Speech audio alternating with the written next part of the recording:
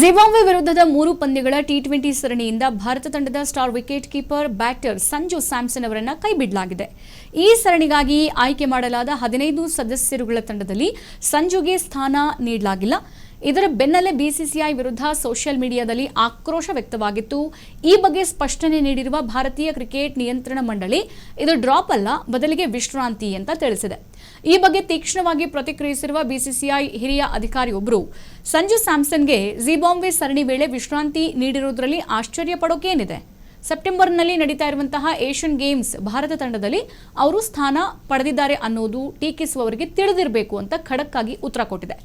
2026ರ T20 ವಿಶ್ವಕಪ್ನಲ್ಲಿ ಅಮೋಘ ಪ್ರದರ್ಶನ ನೀಡಿ ಪ್ಲೇಯರ್ ಆಫ್ ದಿ ಟೂರ್ನಮೆಂಟ್ ಪ್ರಶಸ್ತಿ ಮುಡಿಗೇರಿಸಿಕೊಂಡಿದ್ದ ಸಂಜು ಇದಕ್ಕಿದ್ದಂತೆ ತಂಡದಿಂದ ಹೊರಗುಳಿಯೋಕೆ ಬಿಸಿಸಿಐ ಆಯ್ಕೆ ಸಮಿತಿ ಹಾಕಿಕೊಂಡಿರುವಂತಹ ಮಹತ್ವದ ಯೋಜನೆಗಳು ಕೂಡ ಕಾರಣ ಅಂತ ಹೇಳಲಾಗ್ತಾ ಇದೆ.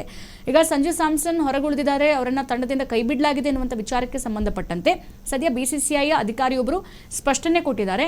ಈಗ ಅವ್ರನ್ನ ಆಚೆ ಹಾಕಿದೀವಿ ಅಂತ ಅದು ಹೇಗೆ ಹೇಳ್ತೀರಾ ನೀವು? ಮುಂಬರುವಂಥ ಮ್ಯಾಚಲ್ಲಿ ಕೂಡ ನಾವು ಅವ್ರನ್ನ ಆಡಿಸ್ತೀವಿ. ಸೊ ಈ ರೀತಿಯಾಗಿ ಸದ್ಯ ಸೋಷಿಯಲ್ ಮೀಡಿಯಾದಲ್ಲೂ ಕೂಡ ಸಂಜು ಸ್ಯಾಮ್ಸನ್ ಅವ್ರನ್ನ ಯಾಕೆ ಕೈಬಿಟ್ರಿ, ಅಷ್ಟು ಚೆನ್ನಾಗಿ ಆಟ ಆಡ್ತಿದ್ರು, ಈ ಬಗ್ಗೆ ಬಹಳಷ್ಟು ಪರ ವಿರೋಧ ಚರ್ಚೆಗಳು ಕೂಡ ನಡೀತಾ ಇತ್ತು. ಸದ್ಯ ಈ ಬಗ್ಗೆ ಸ್ಪಷ್ಟನೆ ಕೂಡ ಸಿಕ್ಕಿದೆ.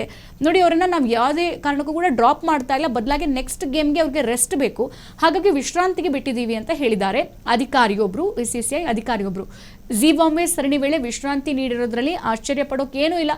ಸೆಪ್ಟೆಂಬರ್ನಲ್ಲಿ ಏಷ್ಯನ್ ಗೇಮ್ಸ್ ಇದೆ, ಆ ಟೈಮಲ್ಲಿ ಭಾರತ ತಂಡದಲ್ಲಿ ಸಂಜು ಸ್ಯಾಮ್ಸನ್ ಆಡ್ತಾರೆ. ಇವಾಗ ಟೀಕಿಸ್ತೀರಲ್ಲ, ನಿಮಗೆ ಗೊತ್ತಿರಬೇಕು ಜಿಂಬಾಬ್ವೆಲಿ ಯಾಕೆ ಕೈ ಬಿಟ್ಟಿದ್ದೀವಿ ಅಂತ ಹೇಳಿ ಉತ್ತರ ಕೊಟ್ಟಿದ್ದಾರೆ.